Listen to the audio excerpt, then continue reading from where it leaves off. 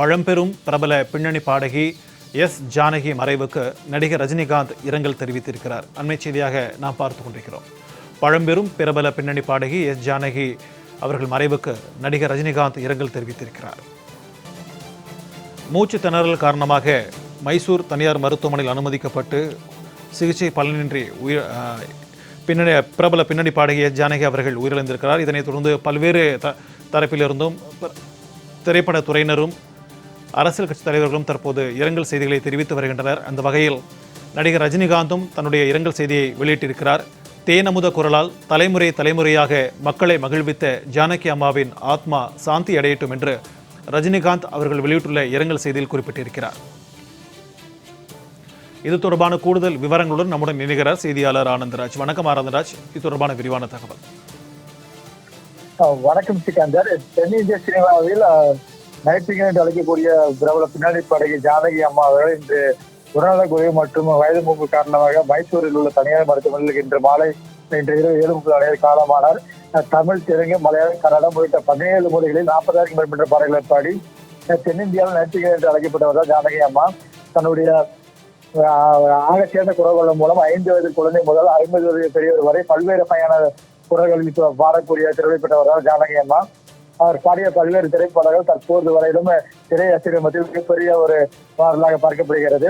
4 முறை தேசிய விருதுகளை பெற்றிருக்கிறார். பல்வேறு மாநில விருதுகளையும் பத்மஸ்ரீ விருதுகளையும் பெற்றிருந்த ஜானகி அம்மா இன்று மாலை 88வது வயதில் உடல்நலக் காரணமாக மைசூரில் தனியார் மட்டுமே காலமானார். இவரது மறைவுக்கு திரையுலகம் மட்டுமின்றி பல்வேறு தரப்பினர் இரங்கல் தெரிவித்து வருகிறார். குறிப்பாக நடிகர் ரஜினிகாந்த், கமலஹாசன், வைரமுத்து, சின்மை, சிம்ரன் உள்ளிட்டவரும் தனது இரங்கலை தெரிவித்து வருகின்றனர். அது மட்டுமின்றி தமிழக முதல் விஜய் அவர்களும் தனது இரங்கலை தெரிவித்தார். இது குறித்து கமலஹாசன் தனது இரங்கலை செய்தி குறிப்பிட்ட விஷயம் என்னவென்றால், பாடல் என்றும் ஒழித்துக் கொண்டே இருக்கும், எந்த அன்பு எங்கு தேர்வேன் அம்மா, இறங்கி வைக்க முடியாத சோகம் பலருக்கும் இருக்கும், அவருக்கெல்லாம் ஆழ்ந்த இரங்கல் என்று கமலஹாசன் தனது இரங்கல் செய்தியில் தெரிவித்திருக்கிறார். அது மட்டுமின்றி நடிகர் ரஜினிகாந்த் தனது இரங்கல் செய்தியில் என்ன கூறுகிறார் என்றால், தன்னுடைய தேனமுத குரலால் தலைமுறையாக மக்களை மகிழ்வித்த ஜானகி அம்மா அவர் அவர்கள் ஆத்ம சாந்தி அடைத்துக் கொண்டு ரஜினிகாந்த் அவருடைய இரங்கல் செய்தி தெரிவித்திருக்கிறார். கிட்டத்தட்ட 60 ஆண்டுக்கு மேலாக பல்வேறு மொழிகளில் 40,000 மேற்பட்ட படங்களை பாடிய ஜானகி அம்மா தனது 88வது வயதில் மைசூரில் உள்ள தனியார் மருத்துவமனையில் காலமாகிறார். ஒரு இறப்பு செய்தி என்பது தமிழ் திரையுலகம் மட்டுமின்றி திரை நேசிக்கும் ஒவ்வொருவருக்கும் மிகுந்த இழப்பாக பார்க்கப்படுகிறது.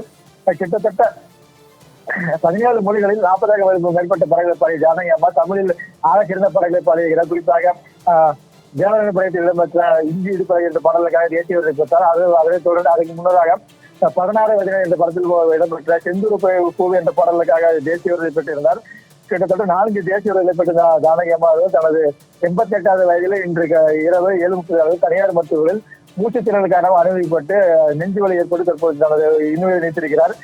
தென்னிந்திய சினிமாவில் நைட்டிங்கல் என்று அழைக்கக்கூடிய ஜானகி அம்மா தனது கீச்சுக்குரல் மூலமாகவும் சிறு குழந்தை போன்று பாடக்கூடியதாகட்டும், பெரியவர்களுக்காகட்டும், அந்த கதாபாத்திரம் என்ன பாடலை பாடுமோ அந்த கதாபாத்திரம் பாடலை பாடி தனது பாடல் திறமையால் மிகப்பெரிய ஆளுமையாக பார்க்கப்பட்டார். தனது 88 வயதில் அவர் தலைமை செய்திய சிறப்பு மட்டுமின்றி பல்வேறு மிகப்பெரிய சிறப்பாக பார்க்கப்படுகிறது. இது குறித்து தனது முதல்வர் அவர் தனது இரங்கத்தில் என்ன தெரிவித்தார் என்றால், தமிழ், தெலுங்கு, மலையாளம், கன்னடம், ஹிந்தி உள்ளிட்ட பல்வேறு மொழிகளில் ஆயிரக்கணக்கான படங்களை பாடி இசை உலகில் அழியாத முத்திரை வைத்தவர் ஜானகி அம்மா என்றும், பலமுறை தேசிய திரைப்பட விருதை பெற்ற பல்வேறு விருதை பெற்ற ஜானகி அம்மா மறைவு என்பது மிகப்பெரிய ஈடு செய்ய முடியாத இழப்பு ஏற்படும் என்று முதல்வர் விஜய் தெரிவித்திருக்கிறார்.